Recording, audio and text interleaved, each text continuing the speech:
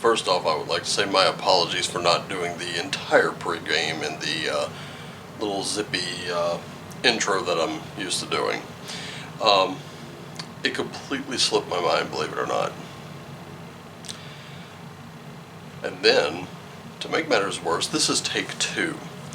And the reason that it's take two is because I had some high-lung playing off over there, just over that way. Got a little speaker on my desk and had it connected to my phone. I was just sitting there playing music, not thinking, hello, copyright strike. So you won't be seeing that. Anyway, how are you this morning? How are you this Friday the 13th? I keep hearing that Friday the 13th and is an unlucky day. So let's explore that a little bit before we get into this, shall we? Because we've got a big reading to do for this weekend. So why is Friday the 13th considered unlucky?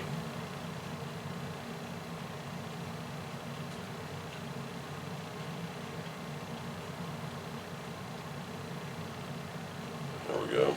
Alright. So why is Friday the 13th considered unlucky? Why are we all kind of pissing ourselves over this? The cultural origins, CNN, okay. Well, you know what?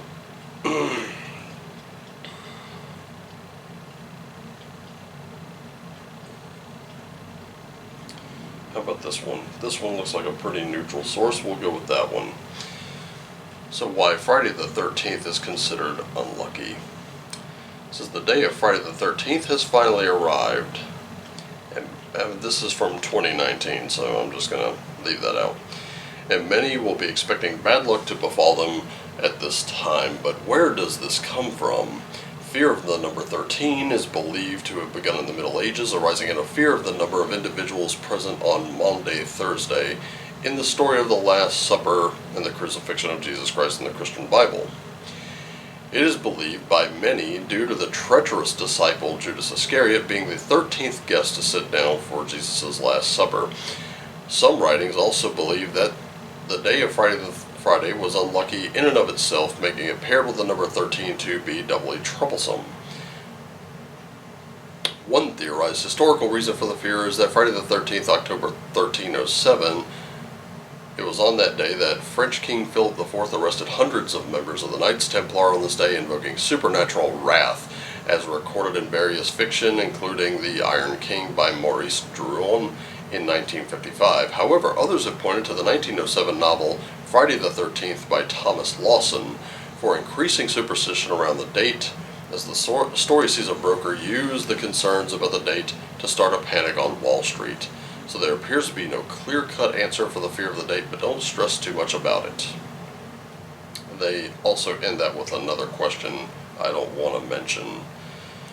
But anyway, I have also heard it said that 13 was considered unlucky because it was also the number of 12 witches in a coven and the devil present as number 13. some other pieces of nonsensical woo, shall we say? Let's face it, that's kind of what we're here for, isn't it? A little woo. Okay, so Raymond Buckland, who wrote the complete book of witchcraft, I hope I'm remembering that name correctly, was once talking. I don't know if he was giving a lecture or he was just talking to a group, and he said, at one point in time it was rumored that the coven of witches had to be 13, equally comprised of both men and women. And then he made a face and he said, and no one questions this? Where are you going to find a hermaphrodite on short notice? Thought I'd share that little bit of humor with you. And I think it's a good piece, personally. I really like it. So, we got a big reading today. I've got a lot of stuff to do today. I've got to run down to Sanctuary Books, that is in Haddonfield, New Jersey. So if you happen to be in the area, if I'm not mistaken, it is at 27 Tanner Street in Haddonfield, New Jersey. I recommend you go there if you're in the area. And the reason I recommend it is because it is this tiny little bookshop. The books are not well categorized, and I doubt they're even well alphabetized by author. But this is a great place to go and just search for your next read. As a matter of fact, Kingdom of Fear, the Hunter S. Thompson book that I showed you, was one of 4 books I picked up there last week. He's holding a book for me, which I will show you on Monday. And yeah, great place, great people, awesome place to be, very relaxing, very mellow atmosphere in there. I love it. Well, let's get down to it, shall we? Okay, so our guide for today is of course Ragnarok, which means we are going to see the end of some things in our life, and probably the beginning. I say probably, but you know how that goes. In all likelihood, it's not a probably, it's a definite. Anytime you're dealing with death, you're also dealing with rebirth. This is the twilight of the gods, the Götterdämmerung, if you will. This is where things end. But endings also mean beginnings. Everything is a cycle. And what are we seeing the end of? Let's see what our spirit animal is, because we're still setting the tone, and it is porcupine spirit. So it's time for a beginner mindset to things.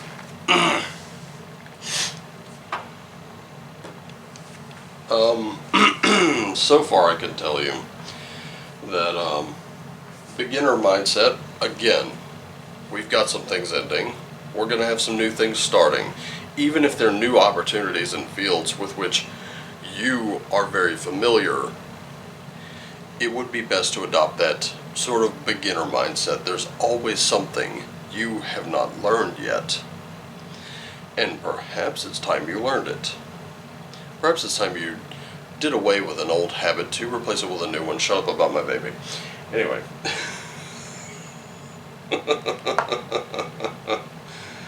Let's get down to the tarot, shall we? We got a big read on that one.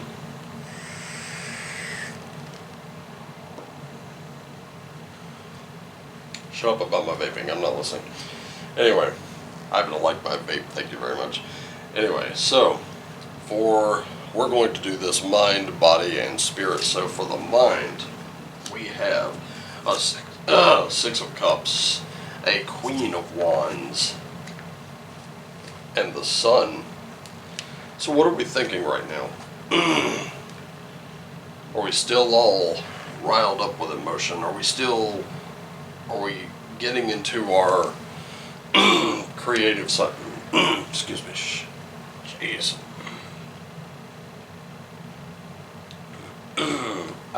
Sorry. My sinuses have been playing havoc with me, so. Great. Delicious. So what this is looking like to me is we're still kind of up in our feelings right now. But looks to be steering in a different direction, because we seem to be steering it in a very creative way. And that's really where I'd like to focus if we could. Hopefully we do that very well.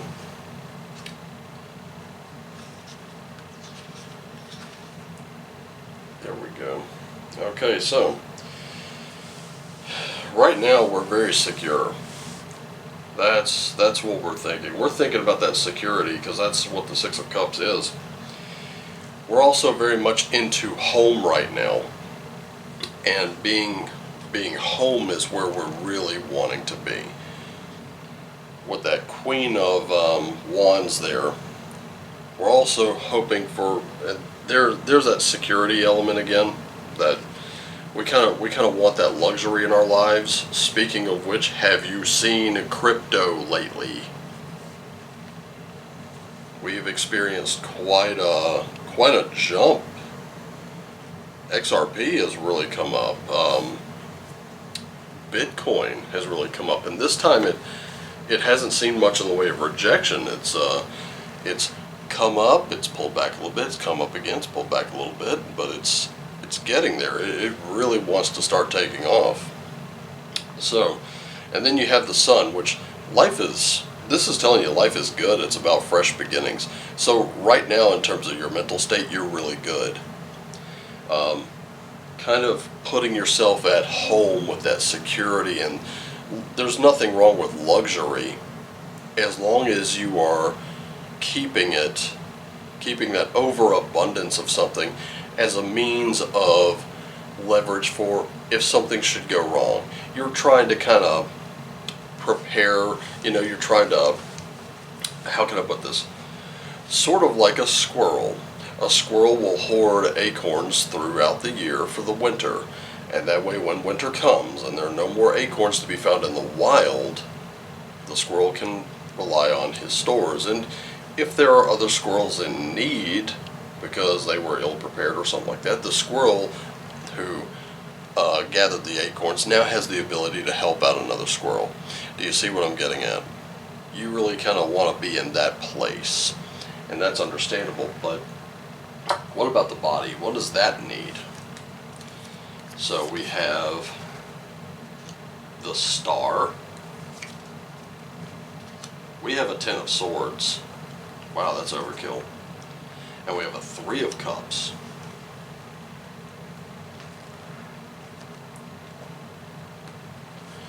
Now, the Star's a good card. The Ten of Swords, so I could tell you sometimes we don't want to see that, because again, it's overkill. All those swords in one back, that's killing it. And then we have that Three of Cups there.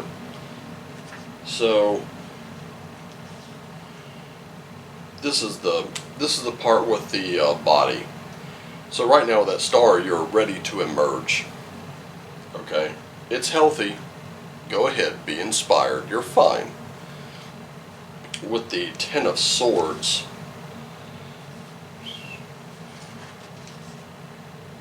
I can tell you one thing, that is not stability. That Ten of Swords, this is where we're gonna end something. It's a transformational card, because this is a part of you. Let me just kind of put this here. Okay, so you're ready to emerge. You're healthy, you're inspired, or you're on the way to your health. I've told you before, take care of your health. That is like, if you take care of your health, you're taking care of your time, and those are your two most precious resources, right there with family, friends. Those are the bedrock of all wealth. If you've got money, you've got your health, you've got your family, and you've got your friends, you've pretty much hit the lottery. Okay? And you can do anything from there. I mean anything. But with this, you've kind of gone I think you've gone a little overboard, but again, you're working toward your health. Maybe you needed that. Maybe you needed some drastic change. In fact, I can tell you, you probably did. And then you got this Three of Cups, that's celebration of it. So some hard work and sacrifice that we mentioned earlier, and I want to say the past 2 readings, it's paying off. Keep it going. You're fine. You're doing well. And congratulations, by the way. Just keep that going, because here's where we get into the spirit. I hope your spirit's not lacking. Right now, your mind and body are doing well. Doing very well. And if they're not, this is your cue to get it moving. So, we have a 2 of Cups. We have a 3 of Coins. And we have that 7 of Cups.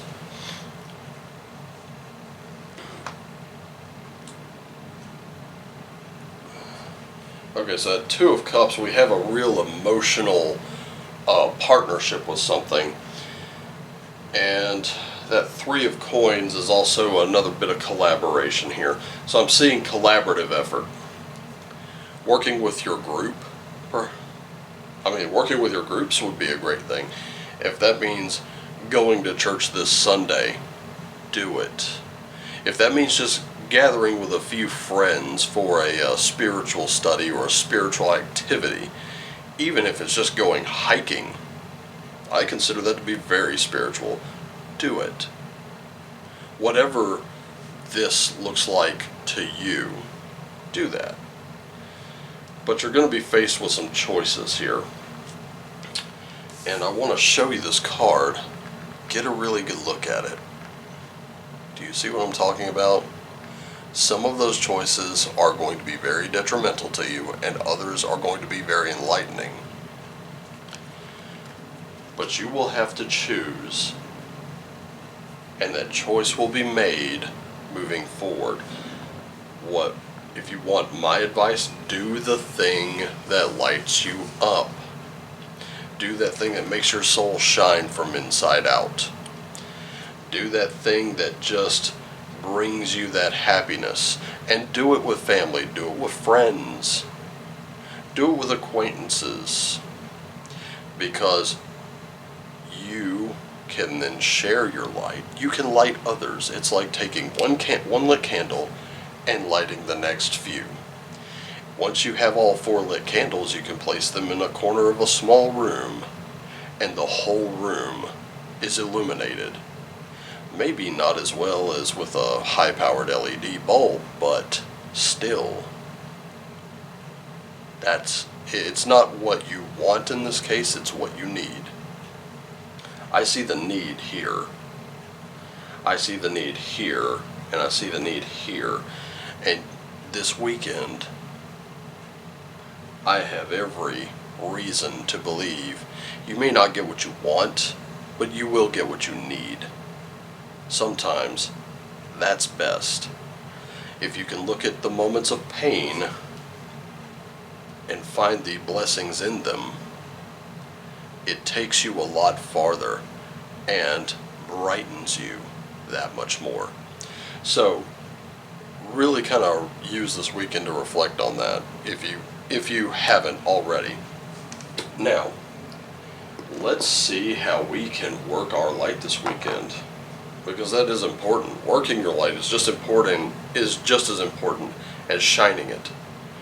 Shining it alone is a great thing. It can attract others of like being. And yes, that's what you want. You want that soul tribe to show up. You want that soul family to show up. But most importantly, you need to work that light a little bit. The lighthouse just sits there and shines, but it has a mirror that moves it around so that it's easily caught by the eye, right? Okay, so let's do that. So starting from the mind, we have trust the niggle. What is that niggling feeling trying to tell you? Got that little nagging sensation in the back of your mind? Got that little gut feeling going on? You might want to trust it, just saying. We have Mintakon. This is longing for home or belonging. And that's popping up in the body spot, which is kind of strange to me because quite honestly, the cards for the mind are kind of pointing to this one. Maybe even the cards for the spirit are pointing to that. Because we are thinking about home a little bit, aren't we?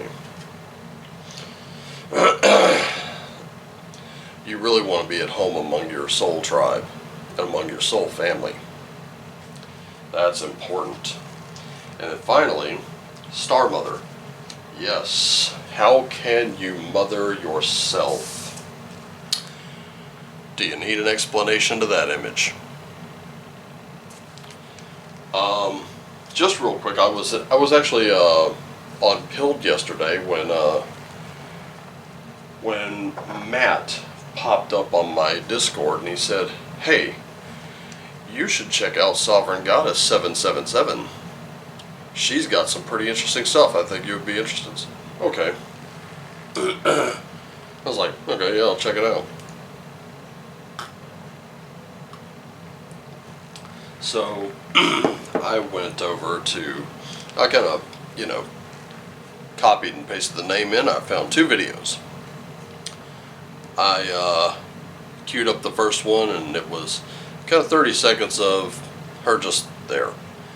Second one, though, is where she got into the meat and potatoes of it. And one of the things that she put this out there, which was learn how to worship yourself. Learn how to take care of yourself. Learn how to, really be good to yourself. I usually say learn how to love yourself, because if you don't love you, no one else will. I can definitely see her message in this card right here. You need to learn how to love yourself, because if you don't love yourself first, no one else will.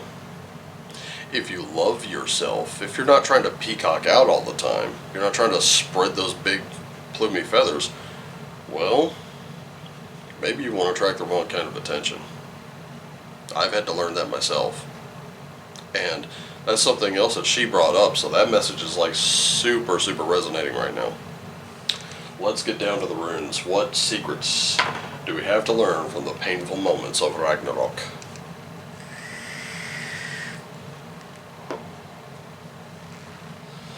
Well, it would help if I actually turn. About to draw from the bottom, not exactly a good look. Okay, so we have Rider. I can tell you this much right now, I'm going to be taking a road trip on foot, so are you taking some kind of a journey? Are you on some kind of a journey right now? If you are, there's much to learn from it. Take advantage. It's like a big library and it's free. It's free, just take advantage of it. We have Tevaz. This is where, yes, right here in the body, all your hard work and effort, all your sacrifice, all that stuff that you might have lost along the way, whether it's people, whether it's habits, whether it's that favorite thing or that piece of clothing that you just absolutely loved and now it's gone. Don't worry about it. All those sacrifices are paying off on this weekend. All those sacrifices are paying off. And finally, Fehu. Remember what I said? Health, friends, family. That is the true wealth of the world. And time, because all of those things will increase your time. Time is your most rare and precious asset. It is not to be squandered. It is not to be wasted, especially by others to whom you give it.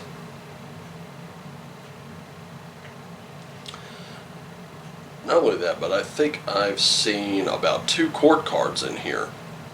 So number 1, you're ready to emerge. Number 2, life is great. This is a real life is good reading for you this weekend. Celebrate that. Enjoy it. Get together with others of your like soul. Like mind is great, but if you don't have like soul, that will only go so far. It's not a bad thing. Like mind is a wonderful thing. Stay with that. Again, you can make friends, and when you take those friends who don't really seem of like soul, and you celebrate with them, and you shine that light of yours. You're doing that thing that just lights you up. You share it with the entire world. Guess what? Your soul tribe and your soul family, they come in. And even those you didn't think were part of that, they start moving in one by one until you're all together. That is a bond that is unbreakable. Are you hearing that? Are you getting it? I hope so. So let's sum up. We're going to approach this weekend with let's let go of all those things that we lost, whether it's people, friends, or whatever. Let's let go of it, because it's not going to serve us now. Remember, we're letting go of that which does not serve us. We're aligning our life. This is our life aligned today, tomorrow, Sunday. Keep it going. This is one of the biggest good news readings I think I've ever done. And it's so loud right now that the cacophony is not, it's not dreadful, let me put it that way.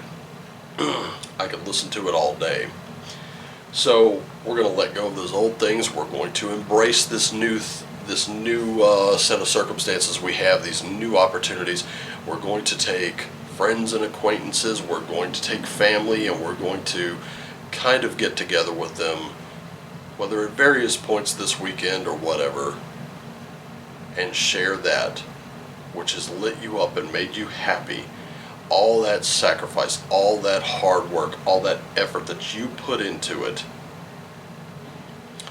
is now going to attract your greatest wealth. But remember, take care of yourself. Celebrate responsibly, ladies and gentlemen. You will be going home. You will be going home to that state of being, that pure state of being. And learn to trust that nagging sensation. So if you get the sensation to call somebody, call them. See how they're doing. And if you don't know what to say, just say, listen, I just got this really nagging urge to call you. I don't know why. Give that person a call. Talk to them. Let them know that you love and care for them. I see a lot of emotion here in this reading today. But it's not emotion where you're all up in your feelings about something. This is drive and passion. I see a lot of ecstasy in here. I see a lot of oathing in here. Okay? I hope this resonated with you. I'm happy to bring you this good news on this Friday the 13th that we thought was so unlucky. As you can see, we have changed our luck. We are now more powerful than ever. We don't have to face the destruction of the illusion with any fear or any trepidation. Prepare what you must. Keep your family safe and secure, and know that what's on the other side is beautiful and wonderful. You don't have to fight. You don't have to get into a bloody battle. But you are in a position where the fighting you do will mean something very valuable to someone else. Understand what I'm saying? Reach out. Help those others. Light them up as well. That will be your best fight. Enlightening others. It's your best and greatest weapon. And it's the one worst kept secret known to mankind. I love you all because you all light me up. I'm not even kidding you. That's not me blowing vapor in your face. I've already done that to the lens. I hope you have a wonderful weekend. I hope you're safe.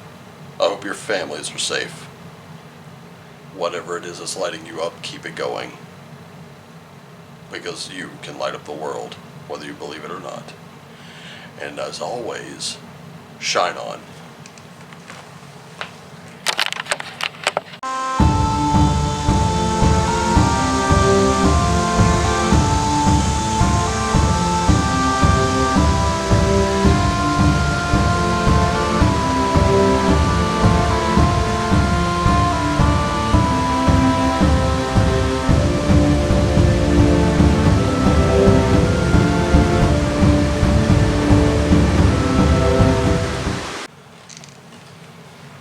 Why not show a little video of the teardown and just kind of sit with you for a minute. A little post-credit action here.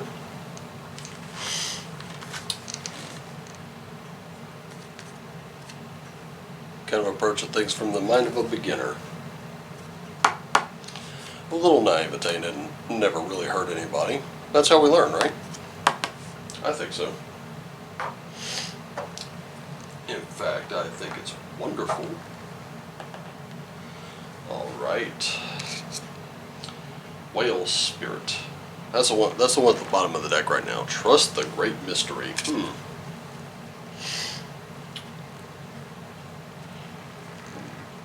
That is rather interesting. Alright, let's face it, Spirit Animal's a huge deck. I wonder, would some of you like to see me just like take one deck and do an entire reading with it rather than like 3 or 4, you know, setting the tone and everything? Comment down below. I'd like to know. By the way, if you have a burning question on your mind, Gabo principle is still in effect. Think about this for a second. How would you like to see another tarot cloth? You would just like to see like a new design or something, or some color maybe. If you would like to see that, I do have tarot cloths in my Amazon wish list. You can check that out, link down below. You send me one of those, I'll do a couple readings for you. One's going to be on your birthday, the other's going to be that burning question on your mind.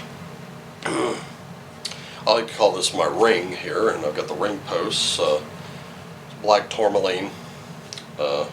Very good at banishing negativity and keeping that out of things. I mean, look, the world's a pretty negative place as it is, right? That's why I don't do reversals. I just don't.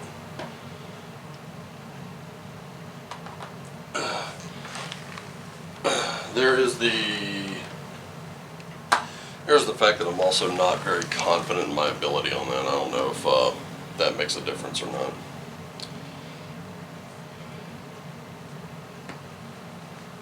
I know Brian does. Brian will pull a card and he'll be like, boom, 2 of Cups in reverse. Uh-oh. That's your soulmate card. Which, that's true. Soulmate card. I'm going to take a wild stab at this. I really don't know for sure, but I'd be willing to bet that means, you know what? Here we go. We'll check it. I'll bet that means that it's a breakup, right? You have 2 of Cups in reverse. Let's see if that's in there. Major Arcana, 4 realms. Coins. Okay, let's do cups. Here we go. 2 of Cups. Reversals: inability to see eye to eye, lost connections, relationship falls apart, squabbles, divorce. If you cannot meet someone halfway, do not expect cooperation. Yeah, I haven't done the reversals. You think I should? Would you like to see me reverse course and actually do reversals for you? Comment below. However, I will say this. I read this in Tarot No Questions Asked. Sorry, my sinuses are still playing havoc with me. That post-nasal drip is everything. Anyway, Tarot No Questions Asked. The lady who wrote it said that the reversals can be negative. We just saw that. However, she said, let's say you pull up a card like the Devil. The Devil usually means that you're really chained to something. It could be the darkness of your past, as I've said before, or it could be an unhealthy habit. Whatever it is, it's ruling over you. Sorry. Man, this post-nasal drip's really killing me, y'all. I might want to get some Sudafed or something. I don't know. It's probably my allergies acting up. I don't know. Anyway, So, devil card means you're really kind of bound up by something. You're chained to something that is holding you back. Because if you look on go with Rider-Waite tarot for this one. If you juxtapose the Lovers and the Devil card, the Lovers are very free, and there's an angel behind them, and they're very free to it's like an Adam and Eve portrait. They're very free, they're very happy, it's a very good place to be. And then you go to the Devil card and look at that, well, the two Lovers are there as well, but they're chained to that Baphomet there. And they don't look very happy to be there. But if you have a Devil card in reverse, that is liberation, that's breaking free. That's what little I know about reversals. I just never bothered with them. So, if you want to see me do reversals, comment down below. Drop a like. Do all that good stuff, help me out. By the way, if you're one of the people who have received a personal reading, leave a short testimonial in the comments here on the dailies. Let others know how that worked out for you. I'm never going to tell anybody about your reading but you. That's that kind of spiritual HIPAA thing I came up with. I just don't believe in telling someone something that's not their fucking business. Okay? So, again, thank you so much for coming. I love you guys. Shine on.